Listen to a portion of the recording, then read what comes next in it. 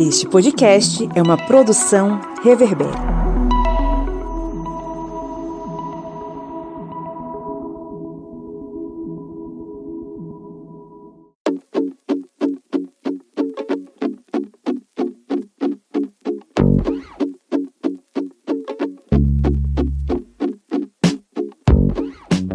Olá, ouvintes! Sejam bem-vindos e bem-vindas mais uma vez ao seu podcast sobre as ciências humanas. Aqui no Historiante você sabe que todo início de semana ou todo meio de semana a gente começa com a Minipédia, o seu programa com conteúdo expresso sobre assuntos históricos. Eu sou o Pablo Magalhães e comigo aqui, pela primeira vez depois de um ano e cacetada, Kleber Roberto. E aí, pessoal, beleza? Estamos aqui com as 2 doses, viu, gente? E aqui a máscara tá do lado. Pois é, só pra lembrar que Kleber está na minha frente depois de um ano e cacetada, que a gente gravou pela última vez aqui no estúdio. Todos vacinados com 2 doses, mantendo distanciamento, felizes e contentes. E lá no Maranhão a gente precisa organizar pra essa mulher vir aqui no estúdio pelo menos uma vez na vida.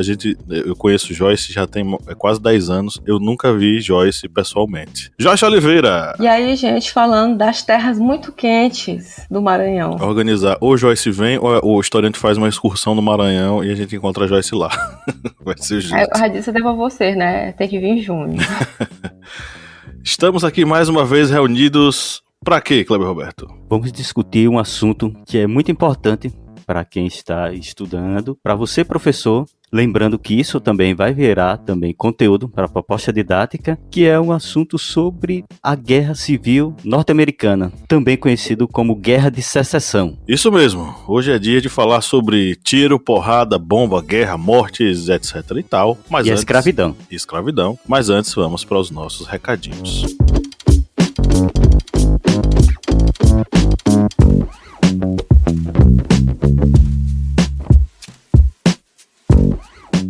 Quem acompanha o Historiante sabe que aqui sempre tem conteúdo massa, bacana, criado com carinho para que você possa caprichar nos seus estudos, ou se você for professor, você caprichar na sua aula, né? A gente tem podcast, vídeo e por aí vai, uma série de contribuições, uma infinidade de contribuições, mas obviamente que um dos xodós do Historiante é o nosso aplicativo, né, Joyce? Justamente, né? Nós aqui do Historiante temos um aplicativo disponível para os celulares com um sistema Android, e aí você pode ter acesso a ele de forma gratuita, é só baixar lá no Play Store. E aí, durante o seu dia, né, durante você está fazendo seu almoço, você está indo para o seu trabalho, você está fazendo seu exercício físico, você pode ter acesso, né, às nossas aulas em áudio que estão disponíveis, você pode também fazer simulados, né, ter acesso a cards explicativos. Então, tudo isso está disponível para você a um toque da sua mão. Isso aí. E custa quantos R$1.000? Nada. Mentira! Não, não aceito. Joyce meteu um nothing ali, ó. Fazendo curso de inglês. Yes. Joyce meteu essa, né? Pois é, não custa nada ter o nosso aplicativo e você ainda recebe coisas bacanas, né? Muito conteúdo bacana. E aí, Joyce, não custa nada, mas aí quem acompanha a gente, né, e se compadece, a pessoa escuta a gente toda semana e diz, esses caras estão aqui toda semana fazendo conteúdo pra mim, pra eu estar aqui lavando os meus pratinhos, tomando meu café, na minha academia, fazendo minhas coisas e ouvindo eles. Toda semana eles estão aqui. Será que eu posso ajudá-los? Sim, você pode nos ajudar, né, Joyce? Isso, né, através do nosso Apoia-se, que é o apoia.se/historiante, que você pode estar contribuindo com o nosso trabalho, né, ajudando a gente a, por exemplo, sobreviver neste mundo neoliberal do Brasil, que está cada vez mais difícil para os professores e principalmente para quem faz conteúdo digital. E você que é docente pode ter acesso, né, a uma modalidade muito especial do Apoia-se, que está associada à nossa Minipédia. Agora, toda Minipédia tem uma proposta didática que você pode aplicar com seus alunos, onde a gente vai fazer os indicativos, né, de trabalho, de fontes que você pode utilizar, né, e de métodos de aplicação. E aí você, professor, professor, você docente, querido, pode ajudar o historiante e ter acesso a um conteúdo especial voltado para a sua prática. Isso aí. Então não perca tempo, enquanto você nos ouve, apoie o historiante. Para ter acesso à nossa proposta didática, você colabora com R$10 mensais. Para nos apoiar de um modo geral, né, e acessar todo o conteúdo exclusivo fora as propostas didáticas, é R$4 mensais. Então nos ajude, que a gente te ajuda a crescer e a se desenvolver. Kleber Roberto, se você pudesse resumir o nosso conteúdo hoje em 3 pontos principais, né, que o nosso aluno, o nosso professor vão ter que focar aí para tratar sobre a Guerra de Secessão, quais seriam? Tiro, porrada e bomba. Pronto, fechou.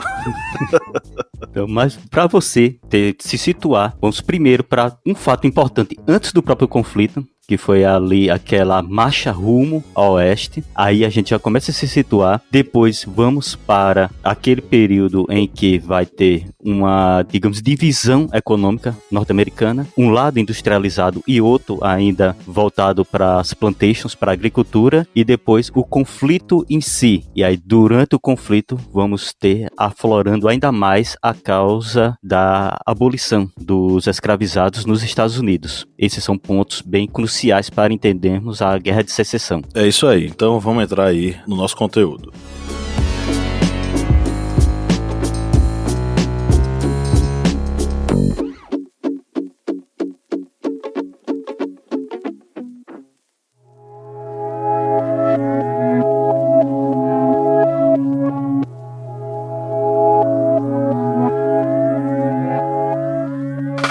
Bom, o que foi a Guerra de Secessão? Você vai ouvir alguns nomes tratando sobre esse conflito. Você pode falar sobre a Guerra Civil Norte-Americana, você pode ouvir falar sobre a Guerra de Secessão, mas seja lá qual for o termo para defini-la, ela se refere ao conflito que aconteceu nos Estados Unidos entre 1861 e 1865 e envolveu 2 pedaços do continente, o norte e o sul. Esse conflito, ele foi um conflito avassalador, trouxe uma destruição muito grande, principalmente para o sul do país, onde boa parte dos conflitos aconteceram, afetou a economia, a sociedade, a cultura norte-americana até hoje. Esse conflito ele é fundamental para a gente entender a história norte-americana, e o saldo de mortes gira em torno de 600 mil combatentes que perderam sua vida no conflito. Por que eu tô falando que 2 partes dos Estados Unidos se confrontaram, né? Até hoje, os estados norte-americanos que compõem os Estados Unidos da América, eles têm sua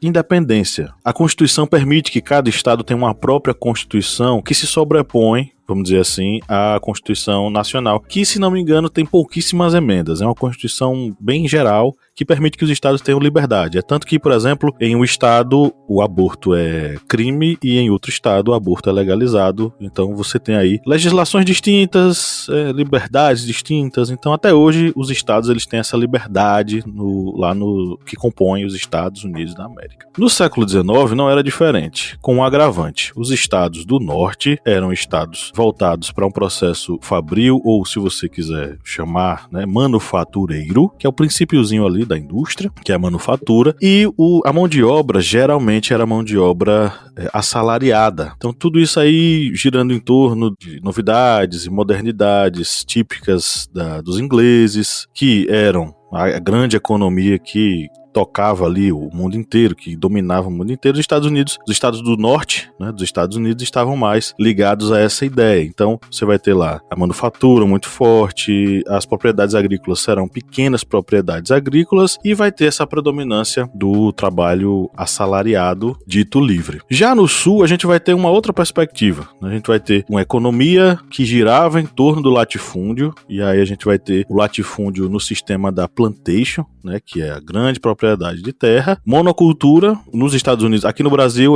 começou com a cana-de-açúcar, depois foi para o café, enfim. Lá a monocultura principal era o algodão e o trabalho escravo era, vamos dizer assim, regra.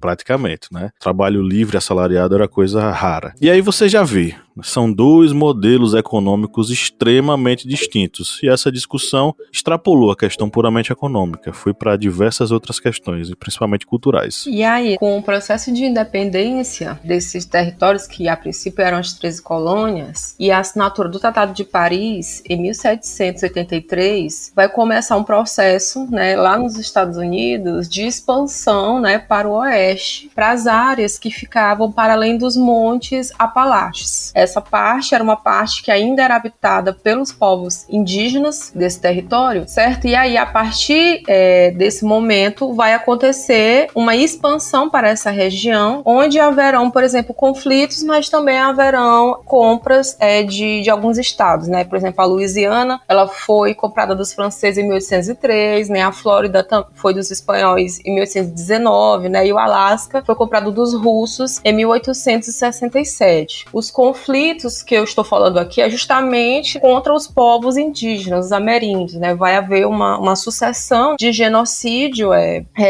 nessa marcha, né? Porque havia uma ideologia chamada de destino manifesto, lá no século XIX, em que havia um sentido quase religioso desse processo de expansão, né? E aí, nesse movimento, foi acontecendo o desaparecimento de vários povos indígenas nessa região. Vocês podem, por exemplo, ler sobre isso no livro chamado Enterre Meu Coração na Curva do Rio, que fala sobre esse processo. E durante este processo que vai tendo essa marcha para o oeste, tanto vai tendo a compra desses territórios, invasão de territórios indígenas, como também guerras. Aí lembrando a guerra mexicana-americana, que os Estados Unidos conseguiu também abocanhar muitos territórios naquela região. Mas esses territórios que iam sendo ocupados e eles iriam se tornando partes da União, eles não iam se tornando automaticamente estados. Eles iam passando por um processo de colonização branca, e durante esse processo de colonização eles iriam se tornando partes da União. Só que aí você lembra o que a gente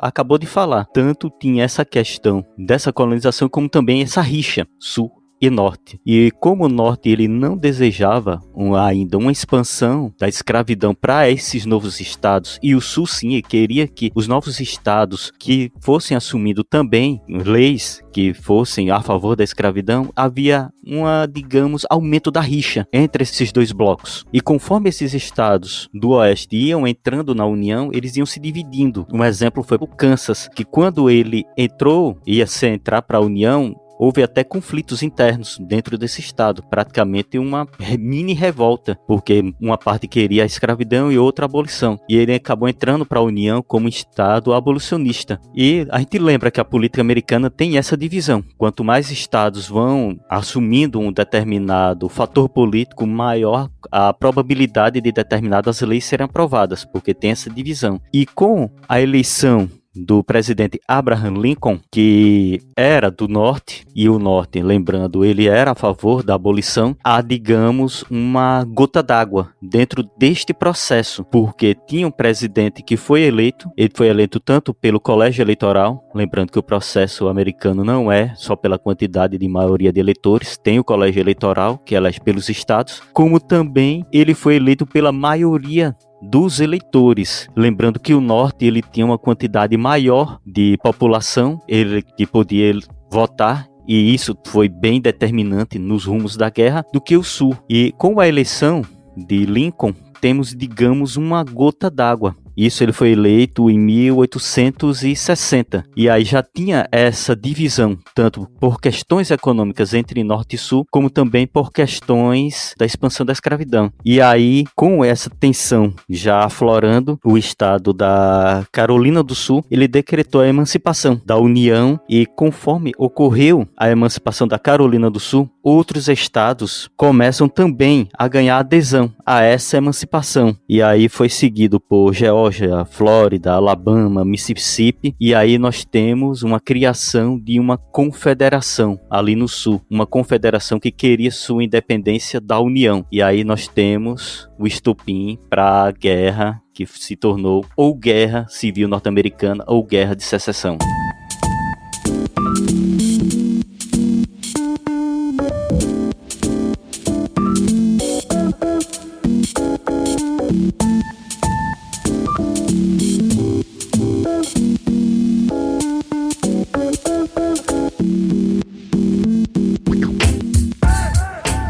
Aí a gente vai ter essa divisão territorial que é interessante, porque estudando para essa minipédia eu lembrei daquele filme e daquele livro, né, 12 anos de escravidão. São 12, né, minha gente? Ou é mais? Acho que são só 12, são 12, né? 12. Pronto. 12 anos de escravidão trata da história do Solomon Northup, que era um homem livre, um homem negro livre no norte, aceitou um convite para se apresentar musicalmente em estados do sul, e aí levando uma carta de salvo-conduto, acompanhado de 2 agentes. Ele era violinista, só que aí no meio do caminho ele foi ludibriado e vendido como escravizado nas plantações de algodão do sul. É uma história muito triste, muito dura, tanto o livro quanto o filme são extremamente tristes, né? Eu não aconselho pessoas de coração fraco a acompanharem. Você pode acompanhar a nossa minipédia. Eu acho que foi a primeira minipédia, não foi? Já foi a primeira minipédia que a gente fez, né? Inclusive vou botar até o link na descrição desse episódio. E é interessante acompanhar a história dele porque é um pouco de como era essa questão territorial norte-americana. Os estados, eles tinham uma liberdade absurda a ponto de transformar um homem negro livre em um homem negro escravizado, mesmo ele tendo documentação mostrando que ele não era escravizado. Então, é um pouco dessa questão territorial que dividiu os Estados Unidos naquele momento. Então a gente vai ter os estados, Kleber falou muito bem aí sobre a divisão dos estados, né? A gente vai ter estados da União, que vão ser os estados ao norte, na verdade é ao nordeste dos Estados Unidos, porque a parte oeste ainda estava sendo desbravada, por mais que lá na pontinha o Oregon e a Califórnia tenham ficado juntamente com os estados da União, muitos outros estados ainda estavam em construção, em descoberta, construção, exploração e destruição. Então, praticamente o centro desse processo vai ser Nova York e os estados ali ao seu redor, Nova York, Michigan, Ohio, Indiana, Illinois, Iowa, com estados que vão ser escravagistas, mas vão permanecer na União, como Missouri, Kentucky, a Virgínia Ocidental, Maryland. E você vai ter os estados abaixo desses estados, que vamos dizer assim, que são limítrofes, os estados de fato escravagistas da Confederação, Virgínia, Carolina do Norte, Tennessee, Alabama, Mississippi. Inclusive, Alabama e Mississippi, eles serão, na cultura popular norte-americana, lembrados sempre, até hoje, como os estados onde a escravidão vai ser a mais temível e a mais violenta lá nos Estados Unidos, né? Então, você vai ter esses espaços destinados, né, à defesa do modelo social baseado na escravidão, e você vai ter os estados do norte baseados na liberalização do processo escravagista. Mas entenda o seguinte, por mais que os estados do norte eles fossem abolicionistas, não necessariamente eles eram bonzinhos, gente. Tá? Então, é como aquela discussão que a gente fez sobre a monarquia ser abolicionista. A monarquia era abolicionista, mas isso não quer dizer que eles eram heróis da abolição, que eles eram pessoas maravilhosas, altruístas. Não é isso. É um posicionamento político-econômico. Ser a favor da abolição nesses estados era pensar na ideia de que a mão de obra giraria a economia e faria com que eles enriquecessem mais. É basicamente isso. Ninguém é bonzinho nessa história, não. E aí o conflito acontece e a gente vai ter os diversos cenários dentro da Guerra de Secessão. Então, um desses momentos que ocorreram na Guerra de Secessão foi o Plano Anaconda, que foi elaborado pelos estados da União, no sentido de enfraquecer, né, os estados confederados. Esse plano ele foi criado e foi usado em 1862. E aí no que foi que ele consistiu? Era a ideia de fazer um bloqueio, fazer um cerco, né, um bloqueio naval no caso, controlando o rio Mississippi e o rio Tennessee. E assim conseguindo cercar os estados confederados. A ideia principal desse bloqueio era impedir a exportação de algodão, né, tabaco, por exemplo, e alimento para os países europeus, e também que não ocorresse a importação dos armamentos. E isso enfraqueceu, com o passar do tempo, os estados sulistas, levando inclusive à deserção, né, de alguns soldados, porque esses territórios ficaram, né, em estado de penúria, né, ocorreu quase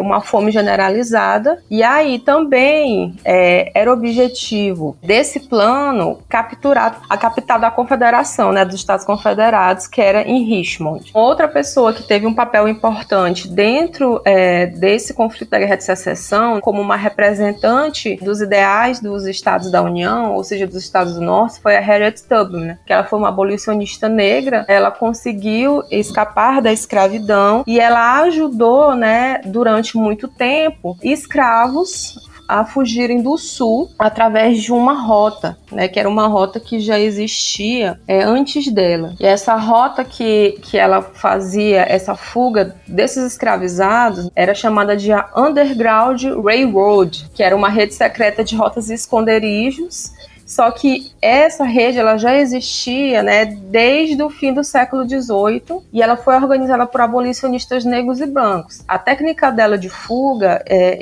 era geralmente feita a pé. Ela carregava sempre uma pistola, né, para se defender, e também ela se disfarçava para não ser reconhecida. Por quê? Porque caso ela fosse pega ajudando escravos a fugirem, ela poderia, né, novamente ser colocada na condição de escravidão, e também ela seria castigada fisicamente. E no desenrolar da Guerra Civil norte-americana, vamos ter tanto essa questão da participação crucial de pessoas tão importantes para o conflito, como também vamos ter uma industrialização da guerra. A guerra ela começa a ter aquele padrão industrial que vai ser a tônica nos próximos séculos. E nessa guerra, o norte ele vai ter essa prevalência porque vai ser, como já dito no início, o lado que vai ter um poderio industrial maior para a fabricação de armas. Os confederados do sul, além de sofrerem esse cerco, que vai levar uma penúria para a região, vai também impedir a entrada de armas. Eles vão ter sorte porque vão ter muitos oficiais de grande gabarito à frente das forças do sul, como um deles é Robert Lee. E eles, mesmo com essa penúria, eles conseguem fazer frente em vários conflitos, em várias batalhas. Eles chegam até a invadir o norte, numa campanha que vai ter o ponto máximo, a Batalha de Gettysburg, que é também a maior batalha, uma das maiores, no caso da Guerra Civil norte-americana, quando eles tentam fazer um movimento para atacar Washington, mas eles são derrotados e acabam tendo que recuar, retroceder. E durante a Guerra Civil norte-americana vamos ter tanto um padrão maior de industrialização das armas, a participação crucial de determinadas pessoas que vão ser atores cruciais, a entrada de afrodescendentes, principalmente pelo norte. O sul vai utilizar seus escravizados como mão de obra, cavar trincheiras, que vão ser um padrão que vai existir, outros trabalhos manuais. O norte ele vai utilizar também os ex-escravizados ou afrodescendentes que já vão ser livres no norte como primeiro mão de obra, e depois eles vão utilizar como força militar. Um desses regimentos vai ser, até que tem um filme que é muito bom, que no Brasil tem o nome Tempo de Glória, o nome dele em inglês é Glory, que vai se basear na história real do 54º Batalhão de Massachusetts, que vai ser um batalhão formado por negros. Vai ser comandado por um branco, e eles têm várias participações militares, mesmo sendo desacreditados. E depois da participação deles é que vai ter essa ideia de que sim, o negro ele consegue lutar tão bem como um soldado branco. Mas aí o conflito ele vai se desenrolando até chegar o momento em que os estados do sul, os confederados, eles acabam sendo invadidos e começam a ser pressionados pelo peso da máquina da União, porque já vai ter uma guerra total, já vai ser quantidade maior de soldados. Lembrando que no início do podcast dissemos a diferença populacional de um local para o outro. Norte com 22 milhões de habitantes, o sul com 9 milhões, e boa parte desses 9 milhões são escravizados, ou seja, tem essa pressão, e os estados do sul eles acabam sendo pressionados até que o exército principal, que está sob comando exatamente de um dos principais comandantes dos confederados do sul, que é Robert Lee, que no caso é o exército da Virgínia Setentrional, ele acaba se rendendo, acaba sendo cercado na região de Appomattox, e depois desse cerco e dessa rendição, outros exércitos do sul confederados eles acabam se rendendo. sucessivamente até que em maio tem o último exército confederado se rende e aí temos o fim da Guerra de Secessão. Lembrando que Lincoln ele não chegou a ver essa rendição definitiva do Sul, ele acaba sendo assassinado no dia 14 de abril de 1865, isso aí praticamente um mês antes da rendição do último exército confederado. Lincoln ele é assassinado enquanto ele assistia uma peça de teatro, assassinado por um simpatizante confederado chamado John Wilkes Booth. E o assassinato de Lincoln não interrompe o processo final de desmantelo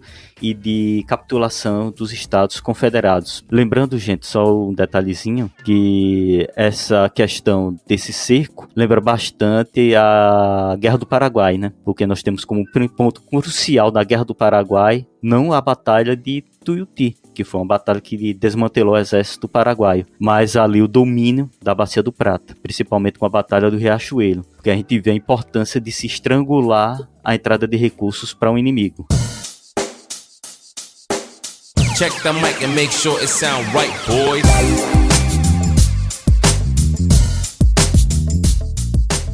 Uma das consequências da guerra e do final dela vai ser a criação da 13ª emenda da Constituição norte-americana. Essa Constituição, ela decreta e consolida a abolição da escravidão em todos os estados norte-americanos. Ela vai ser promulgada, só que ela é objeto de uma série de controvérsias, principalmente sobre o seguinte: quando foi ratificado o fim da escravidão dos Estados Unidos e a 13ª emenda foi promulgada, ela dizia o seguinte: a escravidão entre particulares estaria proibida, mas permitiu que o Estado, como força de punição por algum crime, obrigasse os condenados a fazer trabalhos escravizados. Essa 13ª emenda existe até hoje, e aí tem um dado que é avassalador, né? A grande e esmagadora maioria de pessoas presas nos Estados Unidos são pessoas negras. A população negra norte-americana é minoria, em quantidade mesmo,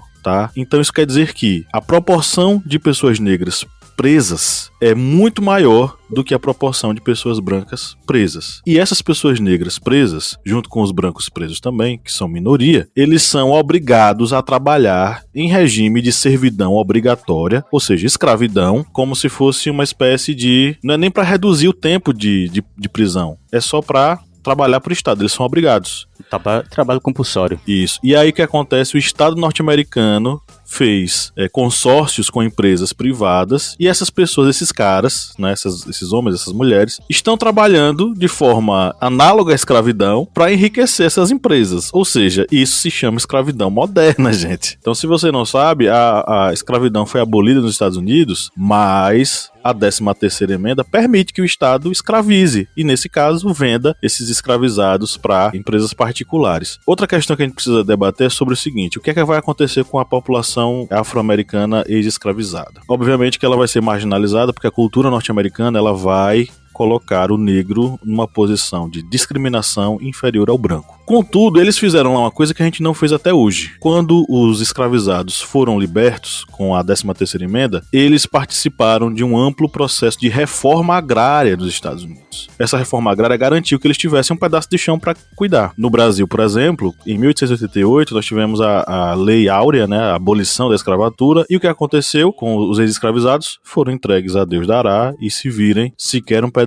de terra receberam em reforma agrária, né? Então, de certo modo, aí nós temos essa questão. E aí saiu um clipe massa há uns 3 anos atrás, que a gente trabalha em efeito retardado, né? A gente analisa as coisas com atraso. Não, brincadeira. Mas o Childish Gambino fez uma música e um clipe muito interessante, né, dona Joyce? Então, gente, como o Pablo falou, né? O Childish Gambino, ele lançou a música, né? E o clipe, né? Que é o This Is America, em 2018, né? Então a gente já tá bem depois, né? E aí o interessante para além da letra da música, é justamente o clipe em si, porque o clipe ele traz muitos elementos que vão falar sobre esse processo de exclusão e violência da população afro-americana em vários momentos específicos. São momentos episódicos que estão em primeiro plano, mas ao fundo também tem uma sucessão, né, de eventos cotidianos que vão apontar a não observância da sociedade para o sofrimento, né, da população afro-americana, a naturalização dessa violência, por exemplo, que chegou, né, em um nível que é um nível muito máximo ano passado com a morte do George Floyd, que gerou o movimento Black Lives Matter, mas que no caso que eu estou colocando aqui foi como se fosse um momento em que eles dissessem realmente que eles não aguentavam mais, né, viver todos os dias esse processo de violência sem que o Estado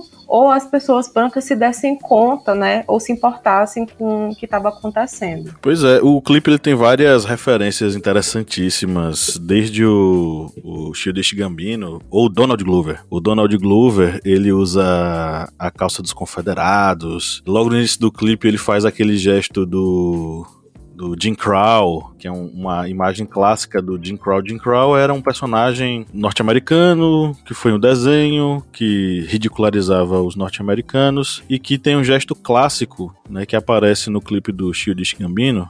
O Childish Gambino tá com a arma, o Jim Crow não tá, né, com a arma. Eu vou colocar o link aí pra vocês na descrição do episódio. E é uma paródia sobre determinados elementos da cultura norte-americana e em como a população negra tá, de certo modo, refém dessa cultura preconceituosa, racista e por aí vai, né? Jim Crow, inclusive, foram leis que regimentaram a escravidão, regulamentaram a escravidão nos Estados Unidos durante décadas e tem marcas até hoje.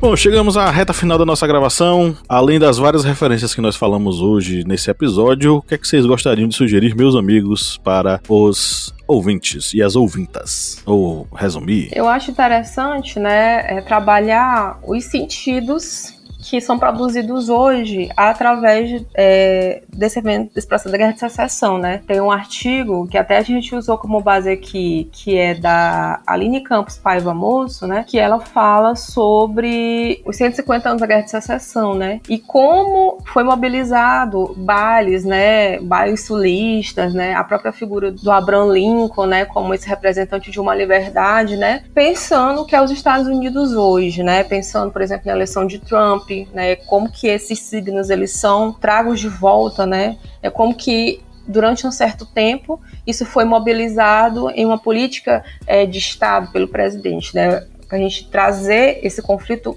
para hoje e entender quais são os sentidos produzidos a partir do lugar, né, que a gente está vivendo. Vou deixar também aqui para vocês. Já deixamos duas dicas aqui, várias dicas já. Temos a primeira minipédia, que foi sobre o filme e o livro, 12 anos de escravidão, de Solomon Northrop. E essa minipédia foi a nossa primeira e ela é muito boa, muito legal. Já deixei também a dica do filme Tempos de Glória, que vocês vão ver a entrada dos negros norte-americanos como força de combate durante a Guerra de Secessão. E usei mesmo aqui como uma das referências para essa minipédia um livro que é até um causo interessante, né, professor Pablo?